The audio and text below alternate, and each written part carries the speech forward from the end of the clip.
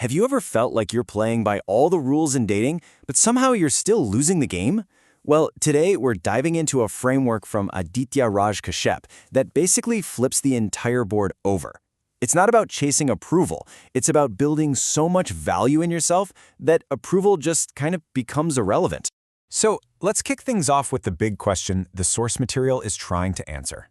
Why is it that some guys seem to be constantly fighting an uphill battle, feeling desperate and just really struggling to get the dating life they want? Kashyap argues it all boils down to a fundamental mix-up about what value and attraction really are. At the very heart of this whole framework are two totally different paths a guy can walk. On one side, you've got the nice guy. His whole sense of worth is based on what other people think about him. But on the other side, you have what the source calls the dangerous man. Now, he's not dangerous to other people. He's dangerous to his own self-doubt and limitations, because he builds his value from the inside out. We're about to break down exactly how you make that journey. So, how do you actually make that shift? Well, Kashyap gives us a pretty clear 5-step roadmap. We're going to start by facing our inner fears, then learn how to flip the entire dating game on its head. After that, we'll get into mastering communication, building real-world power, and finally, learning how to turn rejection into your biggest strength. Okay, the whole journey kicks off with step 1, master your dark side. And no, this is not about becoming some kind of movie villain. It's really about taking a hard look at the fears, the insecurities, and the old wounds that are secretly pulling the strings and holding you back in life. So what exactly is this dark side? In psychology, they often call it the shadow. Think of it as the place in your mind where you've stuffed all the things you don't like about yourself, or the bad experiences you're too afraid to even think about. The source makes a bold claim. You can't be excellent in any part of your life until you're willing to go into that space and understand what's in there. To make this less abstract, Kashyap shares a personal story. He once complimented a girl and got publicly humiliated for it. What happened? Well, after that, he started suppressing his natural confidence, his expressive side. That one bad memory, that fear of being shamed again, became a part of his dark side, and it started controlling his future actions without him even realizing it. Okay, so how do you actually fix this? The source gives us a really practical method. Let's take that gym uncle example. You see a relative get out of shape after he stops going to the gym, and this fear pops in your head. Man, if I stop, that's going to be me. But instead of letting that fear run the show, you apply consciousness. You ask, why did it actually happen?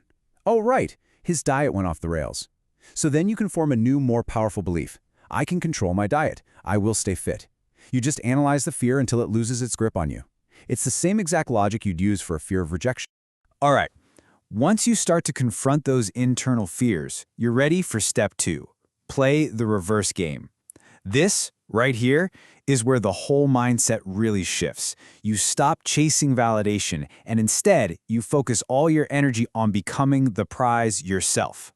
Instead of pouring all your time and energy into getting someone else to like you, you redirect all of that focus back onto yourself. You build the best body you can, the best career you can, the most fascinating life you can imagine.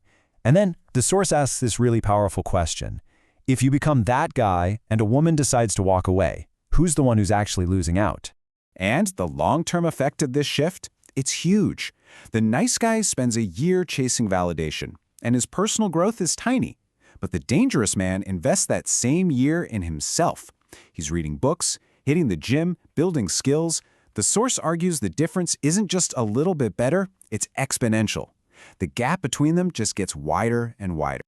Now, building all this internal value is one thing, but you've also got to be able to communicate it. And that brings us to step 3, master talk and humor. The source really hammers this point home. For guys, how you communicate your value is often way more important than the value itself. It's a massive, massive driver of attraction. Kashyap tells another great story about this. He's on a date and he mentions his hobbies are reading and meditating. And the girl's response, "Your hobbies are quite boring, Aditya." Ouch. I mean, this is a classic test, right? This is the moment where most guys would probably stumble. So, how do you handle that? Well, the wrong way is to get all offended or, even worse, lie to try and seem cooler.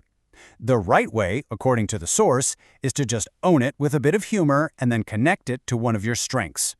Kashyap's response was brilliant. Something like, "Yeah, that boring focus is what helps me make good money." See?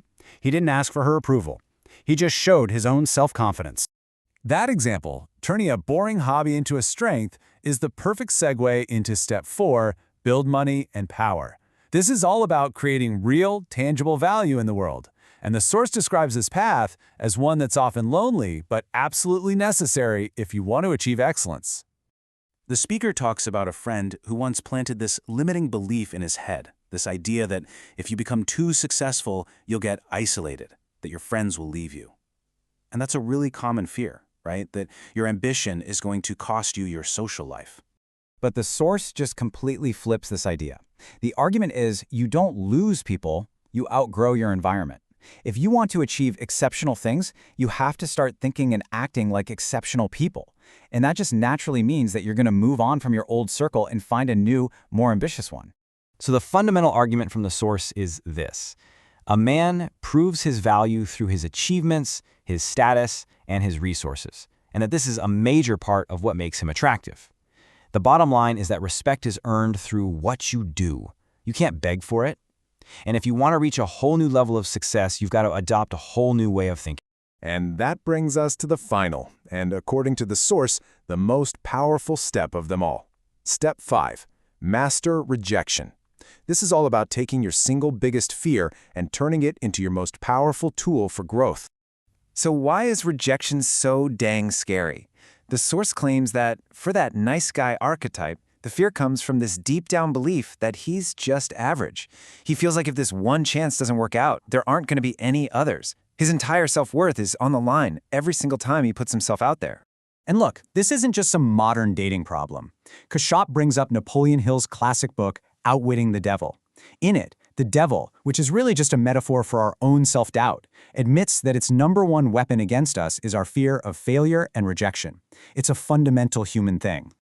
So how in the world do you conquer a fear that big? Well, the source argues that the key is self-respect, and it uses this perfect analogy. Self-respect isn't the fancy penthouse suite of your life. It is the concrete foundation. If that foundation cracks, the whole building you've worked so hard to create comes crashing down. And this is where it all ties together. A man who has actually gone through the first 4 steps, who's faced his dark side, who's invested in himself, mastered communication, and built his life. He just doesn't fear rejection in the same way. Why? Because he knows his value. He knows his foundation is solid, and he's not going to compromise that foundation for anyone's approval. So the final question this framework leaves us with is really for you. Is that rejection that you've been so afraid of really the end of the road? Or is it just a necessary signpost on the journey, pointing you toward becoming a better version of yourself?